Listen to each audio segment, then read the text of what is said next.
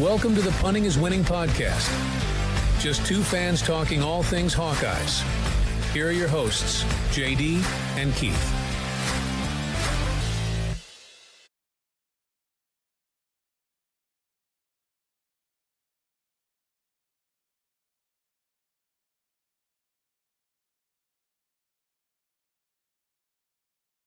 Welcome back, Hawkeye fans, to Punting is Winning, the All-Iowa podcast. We are your hosts, Keith and JD. We are here for not quite the final week of the season, but unfortunately, we're getting very close to it. It goes by quick. Yeah, it does. Yeah. So that's the worst thing about it. Did you actually get to spend any time outside today? It was beautiful out today. Mid-60s and gorgeous. Yeah, went out and put up some Christmas decorations. Wrapped the poles of the front porch with garlands. So yeah, I got out for a little bit. Yeah, I just did busy work, things that needed to be done before hard weather hits, and I was a little late on a few things, but nothing that caused any issues or any problems. But it it was one of those days it was glad that you had a day that you could do it, and it was a nice day. The wind wasn't blowing 40 miles an hour like it's been lately, and I was able to just get some things done, and I feel a lot better about going into the winter now that I've had today to get things figured out. Yeah, so I need a couple more days like that, and then I'll have everything done. Doesn't sound like we're going to get them anytime soon. It sounds like we're going to go right into the deep freeze at the end of this week. So, well, I can probably get some of it done tomorrow. Yeah, it's supposed to be windy though, I think. Stuff I want to do shouldn't be a big deal if it's windy, but just gets things covered and ready for winter. There you go. Got Thanksgiving coming up. I want to say right now, Thanksgiving. Wish everybody a happy Thanksgiving, and I hope you get to spend it with family and friends, and whatever your particular case may be.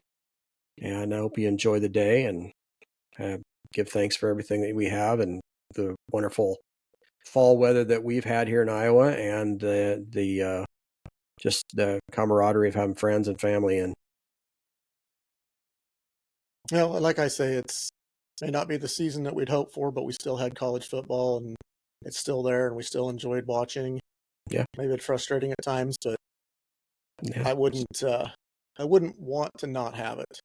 Oh, absolutely not. It's no, the time of year that I look forward to probably the most in my life is just that. They ask me what's my favorite season. I say, well, it's football season. Yeah. I think there's a lot of people like that. We had a really beautiful sunny day today, and it doesn't happen too often that the state of Iowa has a day like yesterday where all four of the major teams had wins. Iowa State, Iowa, UNI, and Drake all won their games, and that doesn't happen very often. But it did happen, and the sun shone extra bright this morning, and it was a beautiful day. Yeah, and on that note, congratulations to Mark Farley on a great career at UNI, and he went out on a high note, and very happy for him. Yep, classy coach. Nothing but good things to say. Yep. Congratulations. Well, at this point in time, we would normally lead off with our recap of the question of the week, but sometimes when you don't write things down, you tend to forget them. So I forgot to ask that last week. So there was no question of the week. So we'll jump right into our recap of yesterday's football win against Maryland, the premiere of the Jackson Stratton era, I guess. Well, of him starting anyway, because he did play a little bit against UCLA, but yeah. As they said, kept saying yesterday on the broadcast, he had more snaps in that game yesterday than he had in his entire career prior to that. So and he finished with a 71% completion percentage. So yeah, he was 10 of 14 for 76 yards. Didn't have to throw it that much, but when he did, he was on a couple of passes that the one that was it was a sure touchdown. I think it was the one where we ended up getting the field goal in the first possession. He just put a little bit too much spice on that, and I think it was Jarrett Bowie that was the intended target, couldn't get his hands up in time. And then there was an overthrow on the sidelines that I saw, and then there was the one that was just kind of that little push pass. He was trying to hit the tight end. I think he was just in between whether he should run it or throw it, and he just like, just get rid of it. Yeah. But I mean, you'll take that if that's the the worst criticisms you have of a guy in his first start as a walk-on who, 3 weeks ago was playing linebacker on your scout team, I'll take that any day. Well, yeah, and fortunately too that, Iowa was in a game that they pretty much had in hand. It got a little closer, got a little dicey there in the third quarter, towards maybe in the early fourth, when it became a 19-13 game. But he didn't really have to do a whole lot. Just, it wasn't like he had to bring Iowa back from behind or anything like that and do a bunch of passing. So, yeah, just managing the game, and, there wasn't too many false starts. In fact, I'm not even sure there was one. Usually with a new quarterback, you have an issue with false starts because of cadence issues. I don't remember one. Remember one either. In fact, Iowa, I think they only had 4 penalties the whole day. Yeah, which was pretty good. And I don't think they got their first penalty until the third quarter, maybe. Yeah, it was a ways late. in. I remember. Yeah. So yeah, he did a very good job, and hopefully with more reps and more opportunity to mold into the team, he could potentially look pretty good coming into Nebraska. Although it was a short week, but it is a night game on Friday night. That might be beneficial. Yeah, and that is doesn't have a chance to really get into his head and think too much. That's for the Heroes Trophy. Was it the Heartland Heroes Trophy? With Nebraska, we play every year. So if anybody's doesn't know about that, that's a trophy game. Yep, that Iowa has had all but 2 years since that became a trophy game, right? I think so. 2014, 2013, something like that. That was getting back. Yeah, go ahead. Get back to Maryland, though. Caleb Johnson basically set the tone. He had 35 carries for 164 yards and a TD. And then, you spell him and you bring in Kamari Moulton. He takes off and goes 12 carries for 114 and a TD on a 68-yard run. So the running portion of the game was outstanding. We talked about we didn't need to pass because we had such good running yesterday, and just we kept controlled the clock. Yeah. Absolutely. That was the biggest thing. I thought that was the entire game, was the time of possession. In fact, I wrote it down over here that it was probably one of the biggest things is the time of possession. Iowa had the ball 37 minutes and 41 seconds compared to Maryland at 22:19. That is 15 minutes and 22 seconds more time. That's an entire quarter. Mm-hmm. That's an entire quarter, people. Think about that. You don't see that very often. Well, and when Maryland is known for their offense and not anything else, she kept them off the field for an entire quarter. Yeah. So yeah. And one thing too, I think it really kind of helped Iowa too, is that Maryland was down to their second string quarterback who had not seen a lot of playing time. Not that Iowa has anything to say because they're down their fourth who hadn't really had any playing time. Right. But it seemed like Iowa had the week to get him ready, whereas the Maryland coaches, of course, did have the week to get the other guy ready because they said that the starting quarterback with a thumb injury had not practiced all week. So, MJ Morris, or I think it was his name, he had all week to. Yeah. He took all the 1 snaps this week. So, that really was a saving grace for Iowa's. Even though that kid came in and threw 2 touchdown passes, he was very pedestrian and outside of those 2 drives, he was not good. No, and indecisive. I kept saying to the guys, I kept saying to the wife and yelling at the TV, I said, number 10, Ty Felton. If you don't cover anybody else, cover him. Because that seems to be like they are connecting with each other, and he's looking for him virtually every play. So why is it so hard to cover somebody when that's probably a good 75% of the chances that they're going to throw the ball to him? Because that's who he feels comfortable throwing the ball to. And they connected several times. And a couple times Ty dropped it. Didn't he set the single season receiving record? He might have.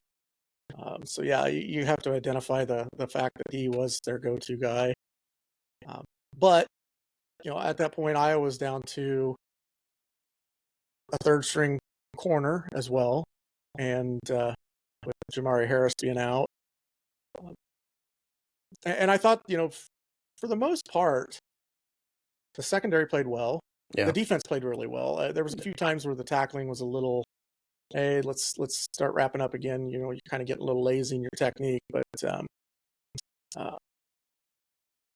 what you win by 16 on the road with a fourth string quarterback. I mean, you shouldn't complain much anyway. No.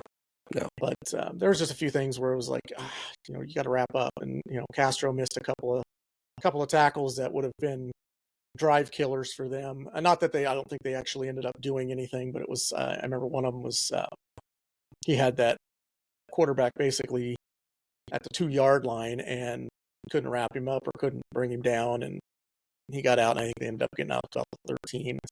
So it's, not a huge issue, but that's a momentum type play that if you can sack him and drop him at 2, then you put him way behind the sticks. And at that point in time, the game was a little closer than it should have been. I kind of thought, looking back at it, I was thinking, I just hope we don't have a repeat of Iowa State here. Yeah. Not getting touchdowns when we should have gotten touchdowns or when we could have, settling for field goals, and then, losing by 1 in the last minute or something. I think I even texted you and said, I can see this ending up 20-19, just like Iowa State, and them scoring a touchdown in the last minute of this game because we just didn't put enough offense on the field that, we relied on Caleb Johnson too much and kind of went into our shell after we were up 13 or 16-0. Well, luckily that didn't happen because we had the weapon of the day on our side in a form of Drew Stevens, who kicked 5 for 5 on field goals of 27, 54, 50, 49, and 26, and he made a tackle. Yeah. Yep. He's kind of the hero yesterday. Big Ten Special Teams Player of the Week, in my opinion. He scored 17 points out of the 29. Yeah. 5 field goals and 2 extra points. Yep. And can't ask for much more out of your kicker than that. And some of those kicks that he made, of course, I realize he had a pretty good wind at his back, but some of those kicks he probably could have made from about mid-60s. Yeah. Yeah, I mean, I think even without the wind, his range is out to probably about 61, 62 yards without wind. Right. You throw a little bit of a tailwind behind him, probably, 65. Yeah. It's hard to say you want to give him a shot at that because you just never know when's an opportunity that you're going to get that it's not going to cost you anything if it gets blocked or if he misses it and they get the ball at, plus 50. Yeah. So it's hard to justify it, but I mean, I could see like at a end of game situation or end of half or end of half, still a little hesitant at the end of the half, even because with a kick like that, it's got to come out at such a low trajectory to get the distance that it's more susceptible to being blocked. And now you've got that momentum turning block that could result in a touchdown. And, instead of being up at that, like we were up 13-0 at the half. If we tried that at the end of the half, instead of it being 16-0, that's now 13-7. It's a totally different ball game then. Yeah. So, I mean, it's just hard to justify sometimes, but I would love to see a situation where he ran out there and drilled a 63 or 64 yard field goal just like it was nothing. Right. So, but yeah, nothing to really complain too much about. Maryland is who they are. They're not a great football team. They're not a terrible football team, but they're not great. They're pretty undisciplined at times. Challenged outside of their starters. So it's like their depth is challenging. They don't really present much of a run game. They did have a couple of decent runs in there, but their run game is very, I hate to keep using the word pedestrian, but they basically use their run to set up their pass. Or their pass to set up their run, actually. And you said last week when we did the preview of them that they were a very undisciplined team. And I think there were times when we saw that with some silly penalties and some things that you just shake your head and go, where was that? What happened there? I remember back a few years ago, I think it was that 2019 21 season when Iowa beat them 51-14. Just stupid penalties on their defensive line for defensive holding on the line, or just retaliatory penalties where somebody may have said something and you smack them in the head or something, you get thrown. That's just undisciplined, and that's what I've noticed the most about Maryland over the last few years is they are very undisciplined when it comes to the penalties. They were more disciplined yesterday than normal. I mean, they only had 7 penalties for 60 yards. Yeah. So, I mean, that's probably about their average, maybe a little under. The one that stands out to me was that one where I don't know if it was a linebacker, edge rusher, somebody, he comes running across the line like he was shot out of a cannon and they hadn't even snapped the ball.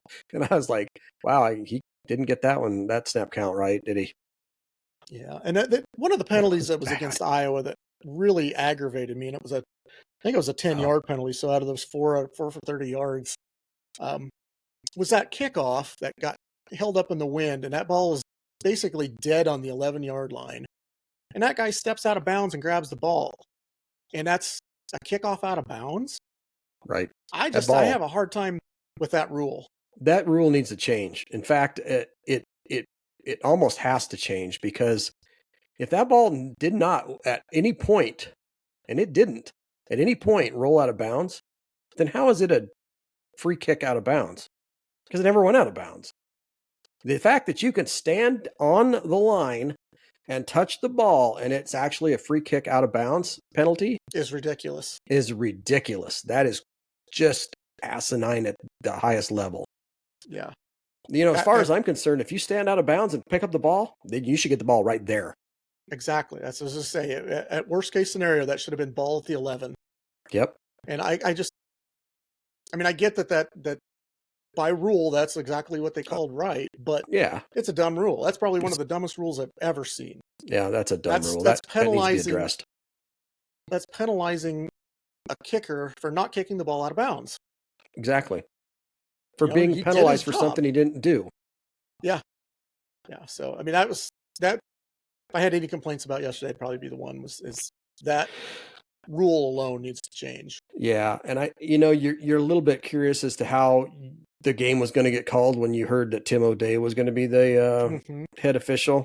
You're kind of like, oh, not him. Yeah. Well, we had an illegal fair catch yesterday. And that's that's a Tim O'Day crew, so they kept their standards, I guess. But anyway, flush that. It's 16-point Iowa win. We'll take it. 7-4 on the season, heading into Black Friday against Nebraska.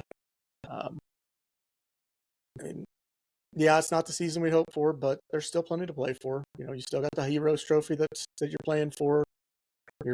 As you keep saying, that you're playing to stay out of the Pinstripe Bowl. I think yesterday's win did that. Yeah. Might be Music City now. I think they need to have at least one more, but one more to maybe play in Florida.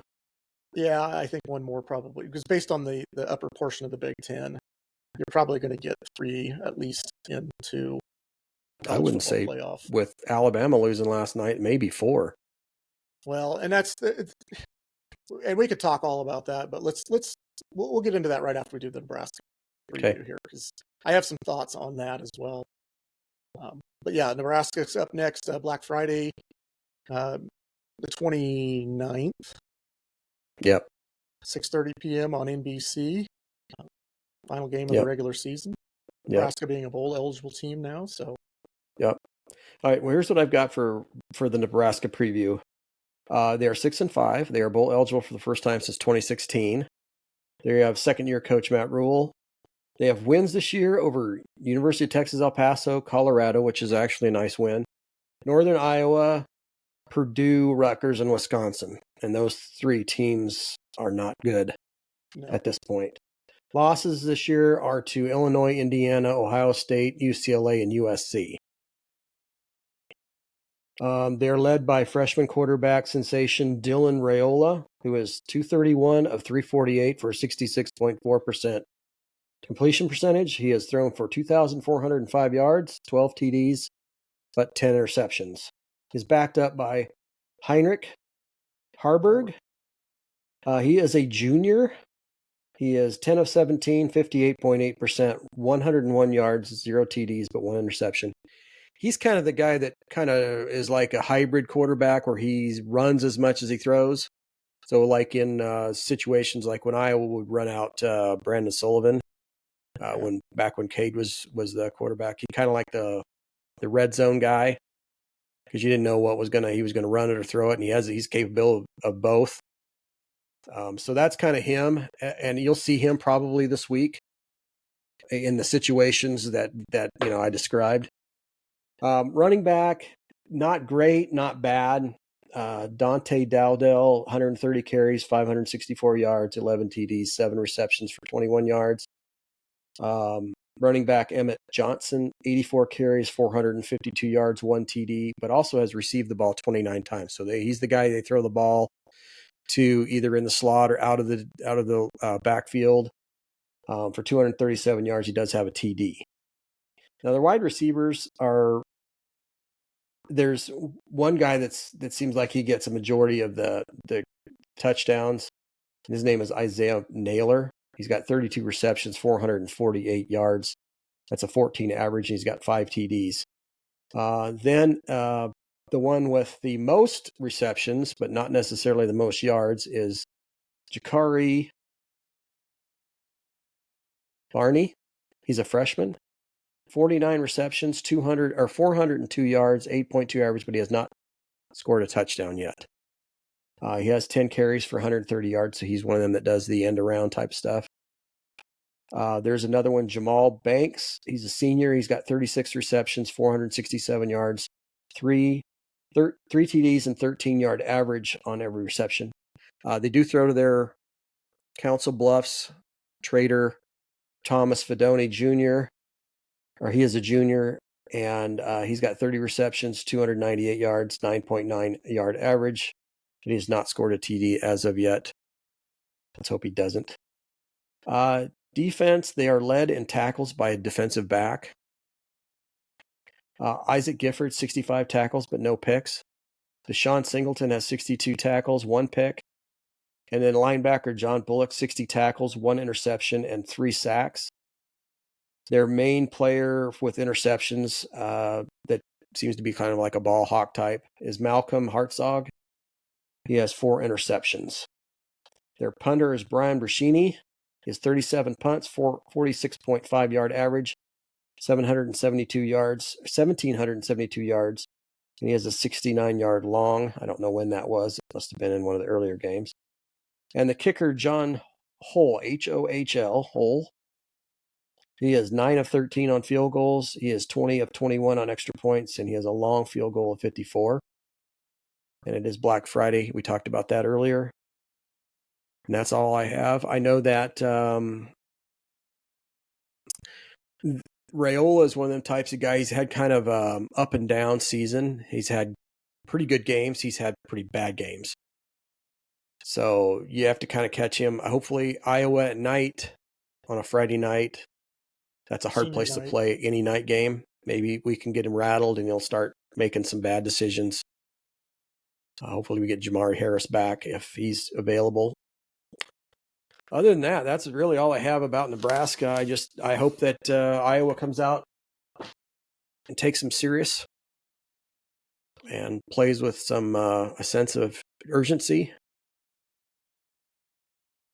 Who knows? And I think they will, because I think it really settles in their mind that Kirk Ferentz is 2 wins away, and they know that.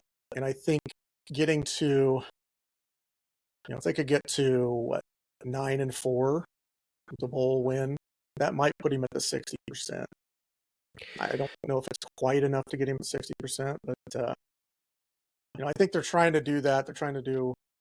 I think they overlooked UCLA, and I think they overlooked Michigan State. That's very evident. 2 games that they should have won. I don't know if they'll do that again. And as far as Jamari Harris, I think that ship sailed. I think he's done for the year. I think even if he does rehab from whatever injury he's got, that I don't think he's planning on coming back. And say what you want, I don't really have a whole lot to say on that other than I kind of look at it in the sense of if I was hired to do a project, like let's say I was hired to a contractor or an architect to design a building, and I took my money up front, and then at 90%, I just decided I wasn't going to finish the building. That's kind of the way I look at it. Now, if he's legitimately hurt, been playing through it, and he's wanting to rehab that and get back to 100% health and doesn't want to run the risk of, further injuring it because he does have a potential pro career, okay, that's fine. I get that. I totally understand that. But if that's not the case, you're kind of giving up on your team. You're kind of giving up on your buddies. I don't know because I'm not in the building, so I don't know the whole story. Same thing with Cade. I don't know the whole story on that. There's the speculation that he gave up and he hasn't been around, and then he came out and tweeted that he has been. He's just coming back from the concussion. It's not easy, blah, blah, blah, all that stuff. I want to believe the players. So I've got to, until somebody gives me definitive proof otherwise, I'm going to believe that the players are truly injured and not able to play. I've got to believe it that way. Otherwise you could have a conspiracy theory and live your life that way for a long, long time thinking, I'm sure there's still people that think, well, Ronnie Harmon fumbled away the Rose Bowl on purpose. There's no proof to it, but you can think it all you want.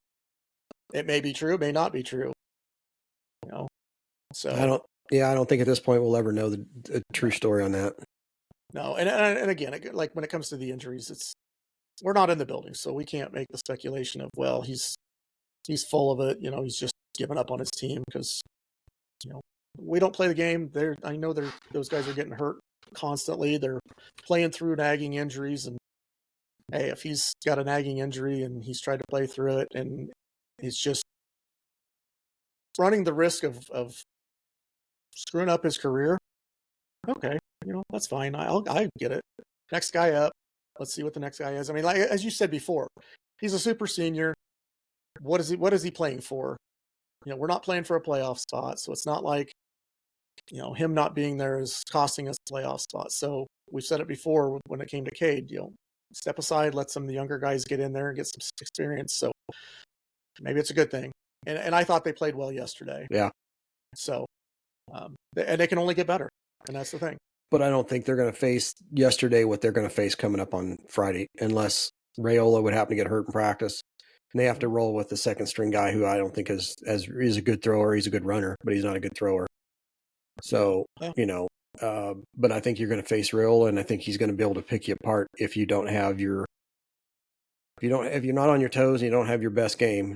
He's going to find the seams. He's going to exploit you in every form and facet that he can to get his team the win. Just like Iowa should try to do the same thing. Everybody's trying to get out there to win the game, and it's just a matter of superior talent at the skill positions usually does win the games. We'll see. So, yep, I agree. But before we go on to the basketball, I do want to run back a little bit on that college football playoff scenario. And just kind of have a little bit of a what's beefing me session for a minute. Okay. So the narrative right now is how many 3-loss SEC teams are going to get in. First of all, no 3-loss SEC team should ever get in. And they should never get in over a 1-loss power conference team. I don't care if somebody says, well, Indiana has the only team that they played that had a pulse that was any good, they lost to. A lot of teams are going to lose to Ohio State at Ohio State, especially late in the year. And take out the fumbled punt snap and the punt return, it's a heck of a lot. And honestly, the touchdown when they should have been kneeling it out. That's a 21-15 game. So I thought Indiana played decent enough against Ohio State. They just had some mistakes that, At least they're not losing 24-3 to a 5-5 Oklahoma team, or losing to a 5-5 Florida team, or losing to a 4-6 Auburn team. Yeah. That's worse than losing to arguably the number 2 team in the country on their home field. So Okay. the whole narrative of how many SEC teams should get in, at this point, the winner and probably the runner-up, and that's it. And be Texas and Georgia. I don't know if that's what it is or what, but it shouldn't be any. There should be no 3-loss teams get in. I agree with you. I think 3 losses should absolutely preclude you from the playoff period. If you have 3 losses on the season, you shouldn't even. It should be a dead set. You're not going to be in. Well, and even listening or watching, and again, it's ESPN that tries to spin everything in favor of their cash cows. So, one of the headlines was Colorado loses, takes a hit to their playoff chances. I'm like, takes a hit, should have eliminated them, period. Now, granted, they're still in the hunt for a Big 12 championship, and that's the only way they should get in. Right. But to say, well, it took a hit. No, I would just phrase that as Colorado has to win the Big 12 to get in, period. Yeah. And that's just the whole narrative of, talking about an 11-1 Indiana team not even being a valid selection, but yet we're saying how many 3-loss SEC teams should get in? Give me a break. None. Right. If you're going to take a 3-loss SEC team over an 11-1 Indiana team, I'm done watching college football, because you're not serious about it. Right. You're not putting you're not putting the 12 teams that deserve to be in there. You're putting teams you want to be in there. Yeah. You're putting people who might sell the most tickets or might bring the most eyes to the sets. Yeah, I get that. That's marketing, but that's not what college football is about. That's not what this whole 12-team playoff's about. We expanded the 12-team playoffs so that Alabama could lose 2 games and still get in. That's basically the reason why we expanded it. So these SEC teams could lose 2. We didn't say anything about them losing 3. If you lose 3 games, done. So at this point, from the Big Ten, let's talk about the Big Ten. So we've got Oregon with no losses. We've got Ohio State, Penn State, and Indiana with 1. There's 4 teams right there. One of those 2 teams, we're looking at probably Oregon and Ohio State. One of those 2 is Oregon's going to have a loss if they lose to Ohio State. So that'll be 1 loss for all 4 of those teams, providing everybody wins next week. Mm-hmm. So let's say Oregon does go ahead and beats Ohio State and gives them 2 losses. So now you've got a 1-loss Indiana, a 1-loss Penn State, and a 2-loss Ohio State. You're going to tell me that you're going to take, even though Ohio State lost both their games to the number 1 team in the nation, they still have 2 losses. That's 1 more loss than Indiana. And you're going to sit there and say, well, Indiana's just because they only played the 1 team that had a pulse, then you're going to exclude them from the playoff with 1 loss, and you're going to put in a 2-loss team or even a 3-loss SEC school or 2, because they need to fill up their allotment of, let's say, 4, because everybody's saying 4 Big Ten, 4 SEC, and then, because you'll have 1 champion from each Big one 12, plus 3 ACC, others. and in a group of 5. Well, and then, the Big 12 and ACC, like you just said. Personally, I think what you should do at that point is 3 SECs, 4 Big Tens, and you put 2 group of 5s in. SMU and Boise? Yeah, or Notre Dame. SMU's not even, it wouldn't be a group of 5. They're actually ACC now, aren't they? Yeah. So Notre Dame's going to get in with Notre 1 Dame loss. Will get in, yeah. So although they have USC, and that's, this they'll isn't beat the USC. USC that's been, but they'll beat USC. But even if they didn't, they probably would still find a way to get them in. You got poor Army sitting there with 1 loss. Of course, the only team that they really played with a pulse, they got blown out by. So, I don't know if you'd put more Army in there. It'd be a nice story, but it wouldn't do any good for anybody, unfortunately. You got SMU's got a pretty good team. As the ACC, I haven't even looked at the ACC all that closely. Is it Miami and SMU at this point? And Clemson. Oh, has Clemson still got only 1 loss? I think Clemson's got 2 losses, but they could potentially be in the championship game. I would think. Yeah. See, I'm thinking Pull up the. at this point, we talked about the Big 12 having one team, and that's basically the winner of the championship game. So I think it should be the same with the ACC. But now, the only other option there would be is if you're going to exclude one SEC team and you're going to end up taking one more out of either the Big 12 or the ACC, you have to look at maybe which one of those would be the championship loser. Which one of those two would be the better option to allow them in, as opposed to bringing in a 10-3 Alabama? You'd rather bring in like an SMU with 2 losses, but lost the championship game. I don't know. Alabama's the big name and Alabama's the blue blood, and they've been so good for so long that it's going to be hard to leave them out because people are just going to be so biased towards them that they're going to say, okay, they need to be in pretty much regardless. Well, the Nick Saban's no longer there, so he doesn't have that much pull anymore. I don't know. I have a hard time justifying putting them in at 3 losses, period. Yeah, and I'm just looking at the ACC. It's SMU is the top of the league at 7-0. Clemson is 7-1. They're obviously done playing league games because they have South Carolina this weekend. And Miami's 6-1. Miami and SMU are 10-1 overall, and Clemson's 9-2. Clemson beats South Carolina and goes to 10-2. Ends up in the ACC title game against, let's say, an SMU. And let's say they beat SMU. They're in. Do you exclude SMU at 11-2? I would put SMU in ahead of Alabama with 3 losses. The problem is SMU's not ranked high enough to really justify them being up there. That's going to be their argument. It's all going to come down to people looking at schedules and things like that. Well, it's going to come down to people looking at names on jerseys is what it's going to come down to. Yeah, probably. I don't know. I don't know. Some team's going to get the benefit of the doubt because of who they are over a team that's probably more deserving. You're going to get maybe it's a situation where, let's say, SMU and Clemson play in the title game, and SMU beats Clemson. So Clemson's now out with a 10-3 record. But Miami wins, and they're 11-1. Now you've got an 11-1 Miami and a 12-1 SMU. Do you justify putting one of them in over in Indiana?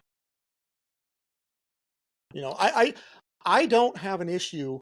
I wouldn't have an issue in the scenario you proposed earlier with, let's say, an Ohio State and Oregon playing in a championship game, and Ohio State loses to an Oregon in a championship game. Their only 2 losses are to the number 1 team that would finish the season undefeated. Probably the only team that will finish the season undefeated. I would have no issues with them saying, we feel Ohio State's more deserving than Indiana because Ohio State beat Indiana on a true game, true head-to-head, and their only 2 losses are to the number 1 team in the country. 1-1 on the road, and by, let's say, they lose, a 1-score game in a championship game. Yeah, I don't see a scenario at that point where the selection committee could leave Ohio State out with 2 losses, but both losses to Oregon. I don't think you'd leave them out. I think you'd look at that and say, they deserve to be there. They've played the best, and unfortunately, they were 1 point short. And whatever the next game is, if it's just that close again, I think that at that point you say, their 2 losses being against number 1 team undefeated. Yeah, absolutely, put them in. With 2 losses. I think the scenario is more of a. If I had to choose between Indiana and Penn State, I'd probably choose Indiana. I think Indiana's playing better right now. Penn State, they scrapped to barely get by Minnesota yesterday. I mean, that was a very lucky game that they were able to get through that.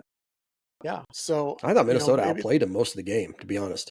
And maybe that's where the thing comes in is, well, they'll figure out a way to put 4 SEC teams in, only 3 Big Ten, so they have to the final spot between Penn State and Indiana, which it's a crime. I don't think you can do that. It's not if, and I logical don't have is not in play here. I know You got to think of biased people who are looking at money draws and who are looking at the blue bloods, and they say, how good is this playoff going to be if we don't have this team in it?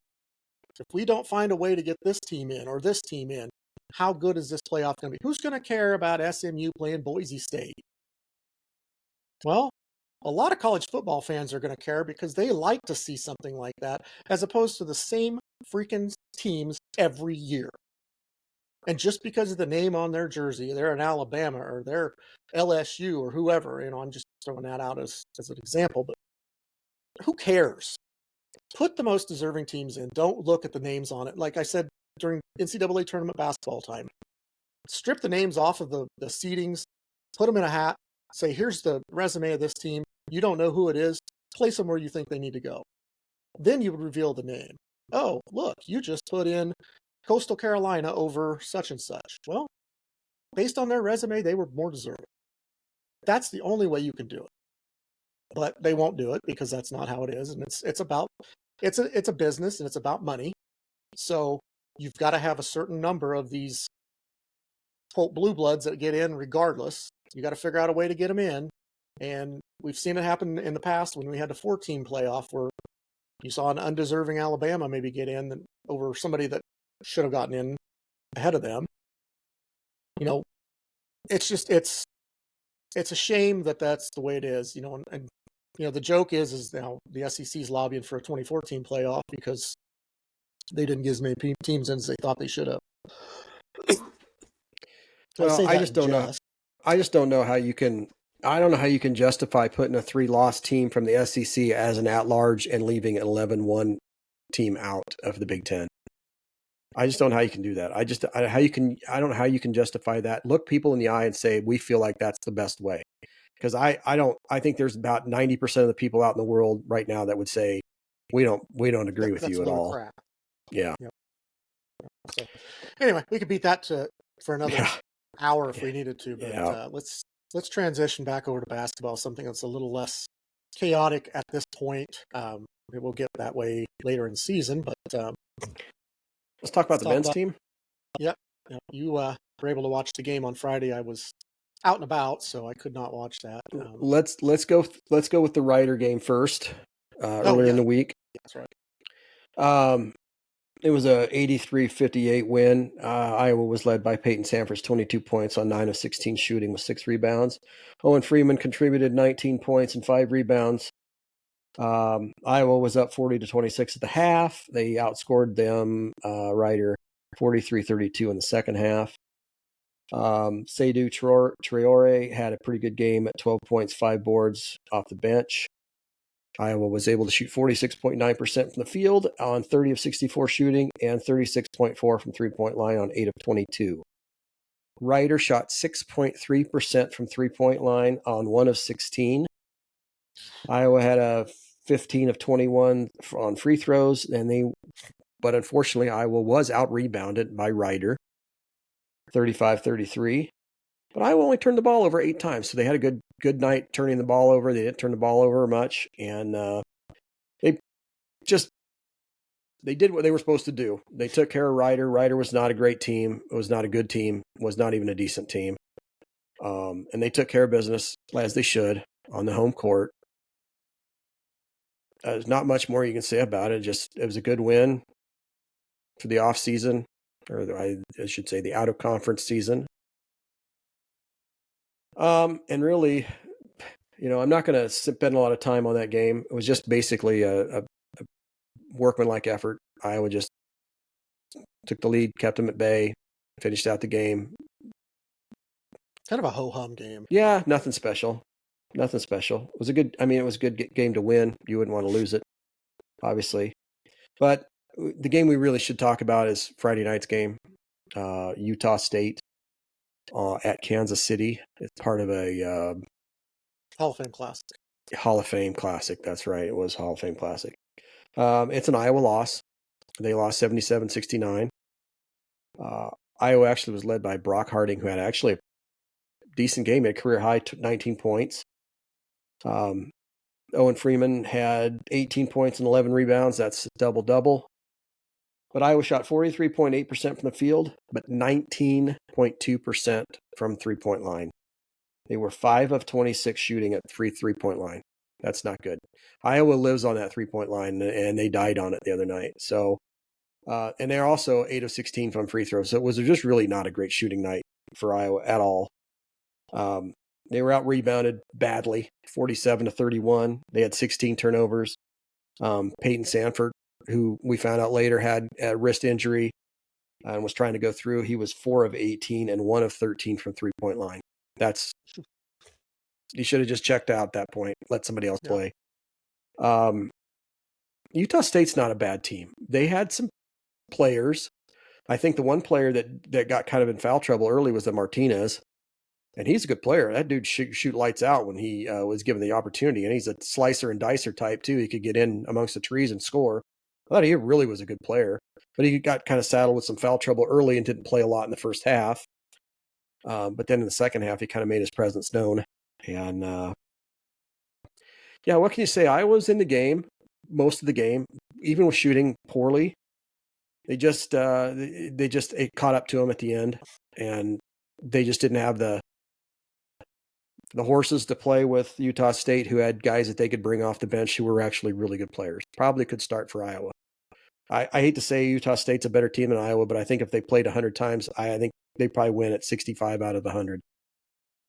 So, take it for what it's worth. I know you didn't watch the game; you were busy doing something else, but it just felt like Iowa was hanging around, but you just kind of felt like the bubble was going to burst on them at the end, because it was like they were clawing and scrapping for every point, but then Utah State would come down and just make it look so easy. And I thought Iowa played good defense, but they were just hitting shots. I mean, Utah State had one shot where the shot clock was running down, and the guy stepped back, kind of had a ball stripped from him, but he got it back. He threw up like a 25-footer, Hail Mary type thing, drained it. And they did that twice in the last probably it's not your night. 4 minutes. Exactly what I said. I said, well, it's not your night when that stuff happens. Yep. So, I mean, it's one loss. Is it foreshadowing for what may come in the future? Probably. This rebounding thing is really getting out of hand. They've got to get some rebounding. I don't want to call anybody out. I really don't. I don't feel like it, but there needs to be a change in the starting lineup. There is a player on the Iowa starting lineup that gives Iowa nothing. Nothing. He didn't give us anything the other night. And he barely gave us anything against Ryder. Why is he starting? He does not play the kind of physical basketball that the Big Ten demands. And so, if you're not going to play that style of game, that's the style of game that's going to get you success. If you can't play like that in the Big Ten, then you shouldn't be on a Big Ten roster. Just be honest. So, in my opinion, he should not be starting. In fact, he shouldn't even be more than the 11th guy off the bench. I mean, like number 11 off the bench. Because if you can't rebound, even if you can't contribute even a little bit of rebounding, you're not scoring. And all you're doing basically is turning the ball over when you are in there. And you're not playing good defense. Because I saw your guy score on you 3 or 4 times when it was just you and him. I'm going to say something that Brian Ferentz said. What's the upside?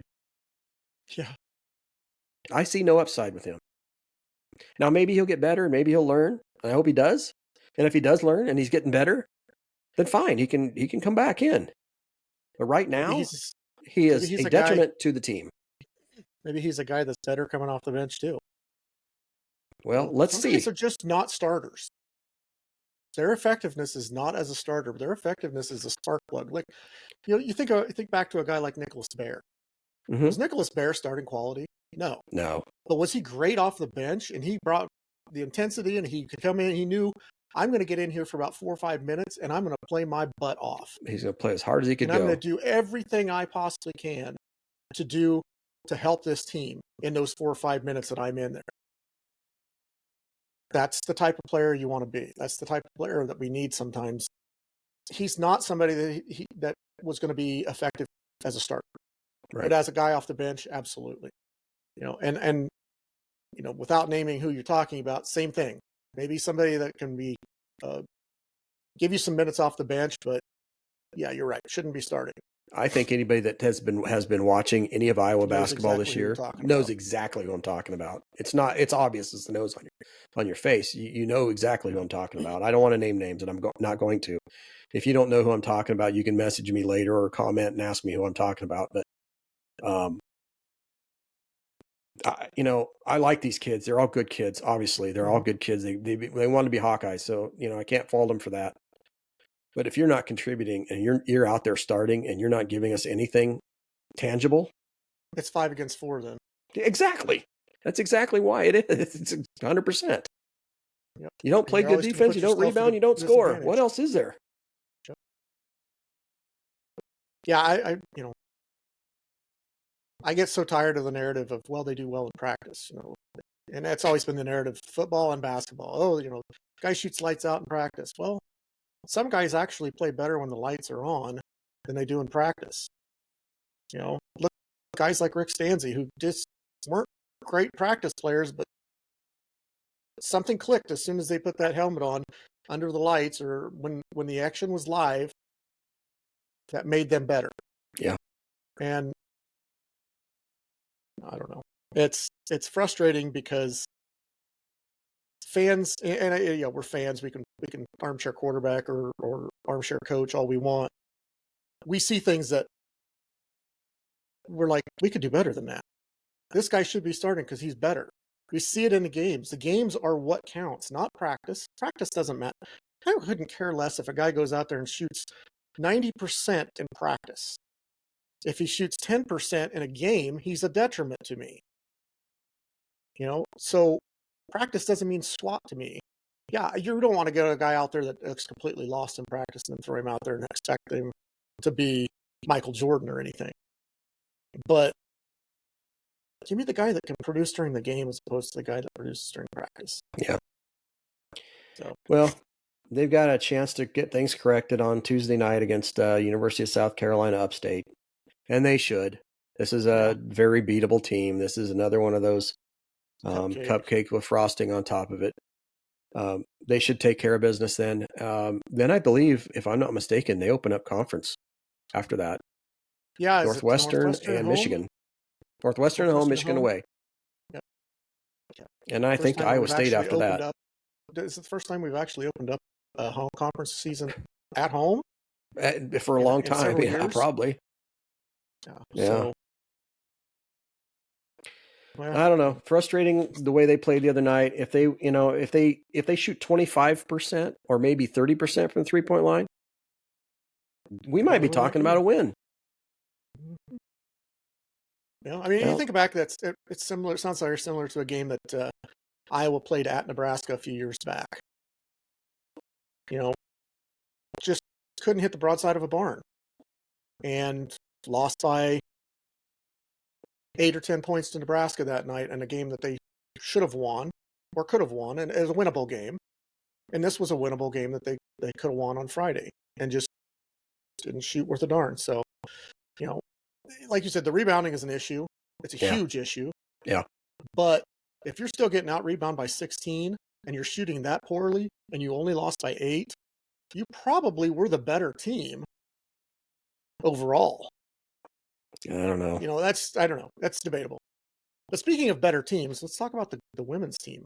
Yeah, women's team. Fun to watch. Yeah, fun to watch. I love the freshmen that are playing. They're just so confident with each other. But let's go back to Iowa's game with Kansas earlier in the week. They played at the Sanford Pentagon in South Dakota. It was a neutral site game.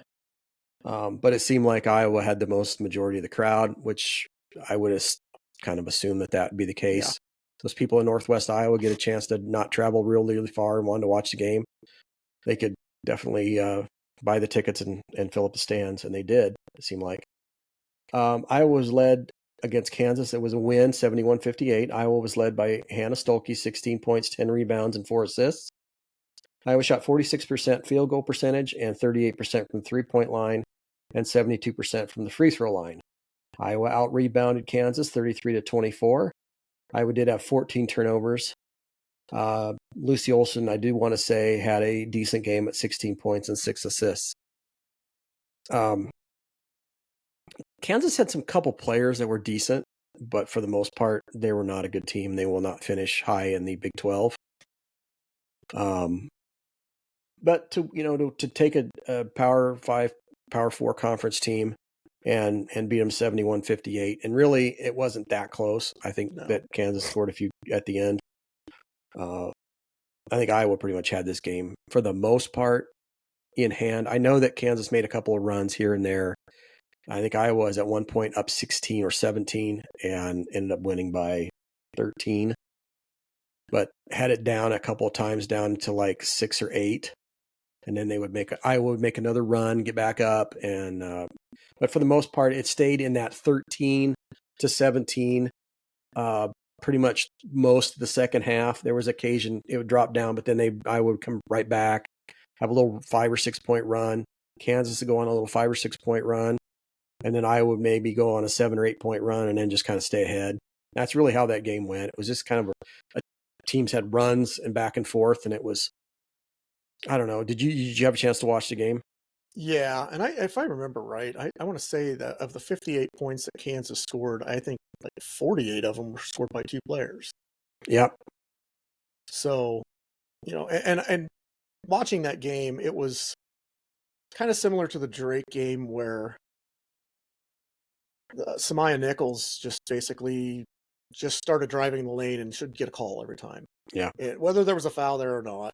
A lot of times she was playing bully ball and initiating a lot of the contact and then getting the foul called against Iowa, which I'm like, that's I think we had 2 people foul out in that game. Yes. Addie O'Grady fouled out. Falter. Yep. And I thought that was kind of a disservice to them because I don't think they fouled as much as they were called for. Right. But, they played well. When you can hold a Power 4 team to 4 points in a quarter, yeah, that's playing pretty good defense. Now, granted, that didn't last past the first quarter. I think Iowa was up 18-4 at the end of the first quarter. They trimmed that lead down to, oh gosh, what was it? It was only like a 6 point lead at half, maybe? 6, something like that. Yeah, it was much closer than it should have been. So, but yeah, Iowa would jumped out or started that second half and built that lead up to about 12, 13 points. Kind of left it right in that area most of that time. That I said, Kansas did make a couple of runs, cut it to 6, 7, 8 points at one point, and then Iowa would rattle off 5 or 6 straight, put it back up to 11, 12 point game, and it was, they were threatened, but not really ever threatened seriously. So it's a good win. Again, not a great Kansas team, but not a bad Kansas team. I mean, it's a team that probably finish. I don't know. I guess I don't know what the Big 12 is in women's basketball this year, but they're not going to finish in the upper half. But I don't think they'll finish in the basement either. So no, probably middle to lower middle is what I'd guess. We want to move over to today's game. Yeah, today against Washington State, another Power 4 conference team with a lot of size. Yeah, Iowa did win that game 72-43. Yeah. Basically, we're led by Lucy Olson, 17 points, 8 rebounds, and 5 assists. Taylor Strimlow had a pretty big impact on the game, the freshman. We'll talk about them a little bit. Iowa shot 42% from the field, but only 12% from the 3-point line. I only made 2. He had 2 of 17? Yeah, it probably should have been 1 of 18. Jimfy's 3-pointer off the backboard was just flat out. It was a prayer. It answered, yeah. They didn't shoot free throws great either. I was a little disappointed. I thought that they, especially it being a home game, they'd shoot free throws better. They only shot 57% from the free throw line. That was a little disappointing. But Iowa the defense rebounded. clamped down. Yeah, Iowa rebounded Washington State 50-36. Washington State also had 20 turnovers, so Iowa had a little better defense. Iowa only had 2 3-point field goals. We just talked about that. And Iowa held Washington State to 4 points in the second quarter and 5 points in the third quarter. 9 points and a half. Yep. Of basketball. Yeah. And actually Iowa trailed 19-18 after the first quarter. Yeah. Yeah. Then Iowa went on a big run. Obviously, when you only score 4 points in the second quarter, Iowa scored 20. Run at one point. Yeah.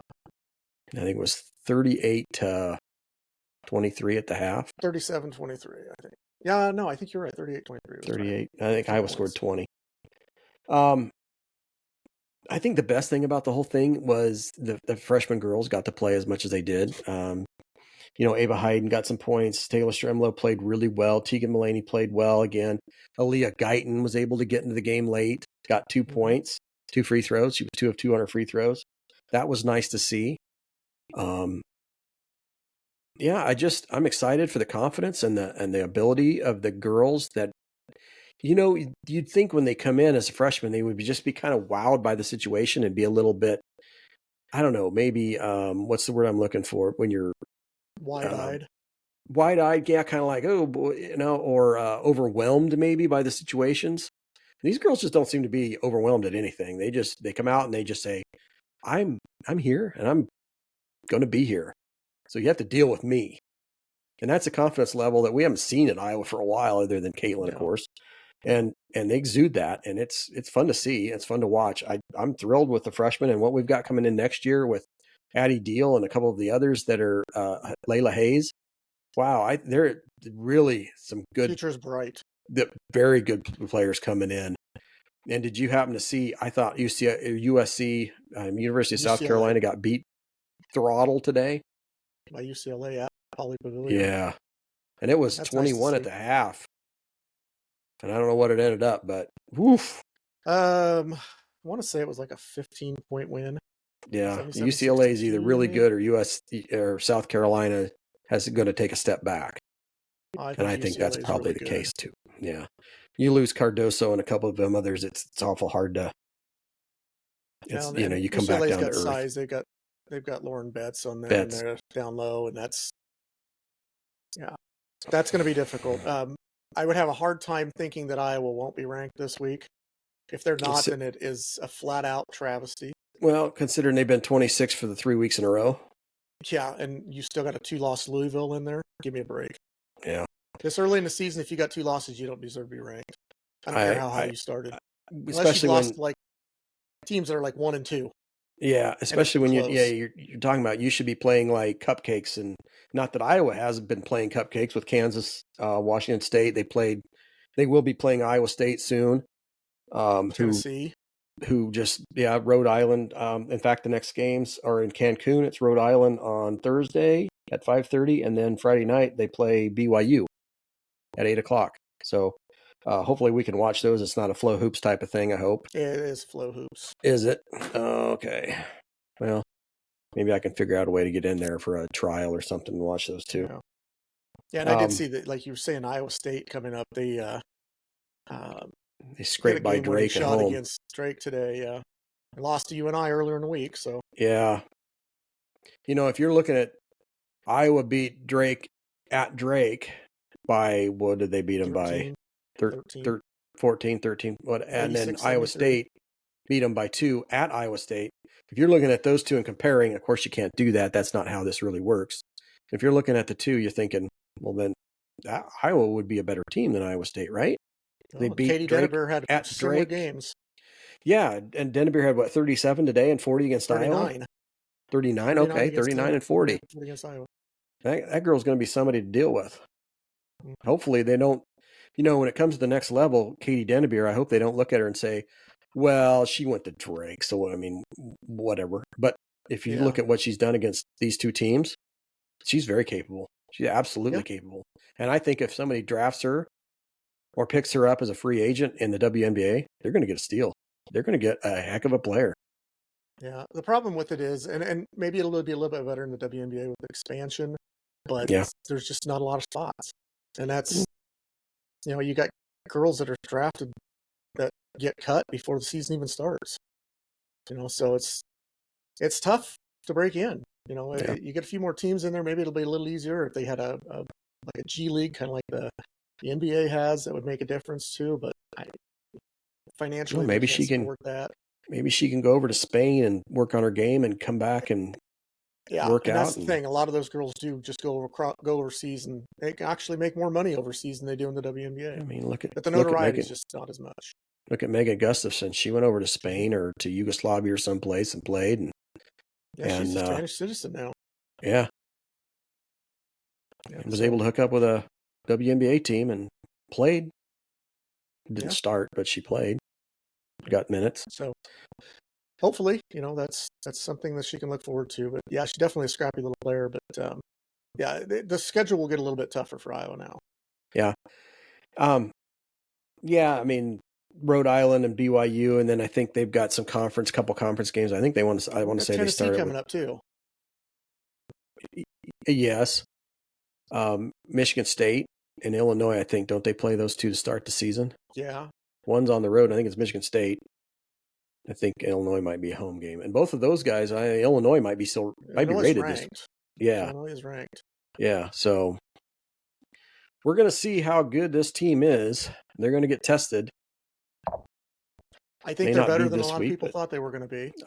Yeah, and man, they're just miles ahead. These freshmen are just miles ahead of where we thought they'd be, I think. And that just makes me more excited for the team. And I know there's people out there that have probably just are tired of listening to the about the women's game, but I think it's exciting, and I think it's we need to talk about it. Yeah. Yeah, I think the other thing that we do need to talk about is the Iowa State wrestling. Yeah, a little bit. I was just going to mention that. We don't know a lot about wrestling, so we're just going to give you basically the score. Iowa beat Iowa State 21-15. And I think it was, from what I understand, is Iowa had gotten down on a couple of the weight classes early. I had one guy that had tech fall because he got hurt or something. I'm not sure. I don't know that much about it. But yeah, Iowa through the middle weights kind of put it away. And I know Ben Keeter, I think, lost at the end in heavyweight. But Iowa already had it in hand, so they couldn't lose it regardless. So, yeah, good win for Iowa. I don't know that Iowa's, was it 35 out of 36? It's 20 in a row, I think. 20 in a row and 35 out of 36, I think they said. Yeah. Now, I don't know. I mean, like I said, we don't know much about it. We will have a guest on. We're trying to, I will be contacting him on a date and a time to get together to do this. And I think those people out there that are anxiously waiting for us to do some wrestling will be excited about it. And I know he's going to have some good insight and some things that we don't know that he's going to tell us and talk to us about. And I'm excited for it. Don't know. Yeah, there's a lot of things we don't know about wrestling. Yeah. So, yeah, be prepared. That's coming up. It's going to be just a wrestling segment. And if it goes over really well and people like it, we may do it once a month, maybe once every 6 weeks. We'll bring him in and have him just do a segment of what's going on, what's happening, maybe closer to like the Midlands and maybe toward the Big Ten tournament and the Nationals and that kind of thing. Yeah, see how it goes. So you got a question of the week for us this week? Okay, yeah, I do. It's going to be kind of an unusual question of the week. This week being Thanksgiving on Thursday, of course. People do mostly traditional stuff, turkey. Some people do ham. That's pretty traditional stuff. I want to know, if you put it in the comments for us, what do you do at Thanksgiving that's kind of a tradition for you that people would think that's unusual or that's strange or maybe that'd be something I'd like to do. Even. Doesn't have to be food either. Yeah, it could be like, oh, we play a specific kind of game after, your Thanksgiving lunch or mid-afternoon meal, whenever you have it. Or maybe you have a different tradition that's considered maybe unusual by most or some. Mm-hmm. But let us know if there's something, because maybe if it's something that you tell us about, and between now and Thanksgiving, we may incorporate it. Because if it's cool and seems like it might be fun, we might do it. So we're looking for ideas and thoughts of things that we can do that may be just out of the norm. Things that maybe are a little bit more than just sitting around getting fat and watching football. Yeah, which seems to be the tradition for us anyway. It's the tradition for us, that's for sure. Yeah, So, and yeah, some good napping question. sometime in there. Yeah, when that was it, tryptamine or whatever in the turkey Tryptophan. it's yeah, tryptophan. It hits. You want a nap? So yeah, let us know, and we'll see if we can maybe put some of that into our family tradition at some point. Thank you all for listening. We appreciate all of the comments. We appreciate, I saw we got some subscribers this week. Let's see if we can keep doing that, get some subscribing, get some people to subscribe that aren't.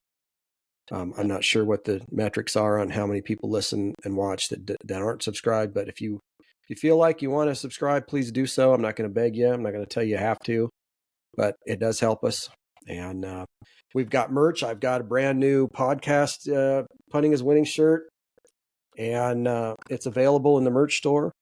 And I think, Keith, you're going to put up the QR code on either the front, middle, and maybe the end, so people can take a quick photo if they pause their YouTube and they can take a quick photo. Maybe we'll have you put a QR code on the Facebook page too. That is on the Facebook page. Okay, there you go. So yeah, you should be able to find the merch if you want to buy it. There it is. We got 10% off right now till Christmas, so you might want to get in. They have been shipping fairly quickly. I ordered this on Monday, got it yesterday, in fact. So, with inside of a week. But as things go along and Christmas gets closer, I wouldn't take a chance on, trying to get a 5-day turnaround on that. I'd allow at least 2 weeks.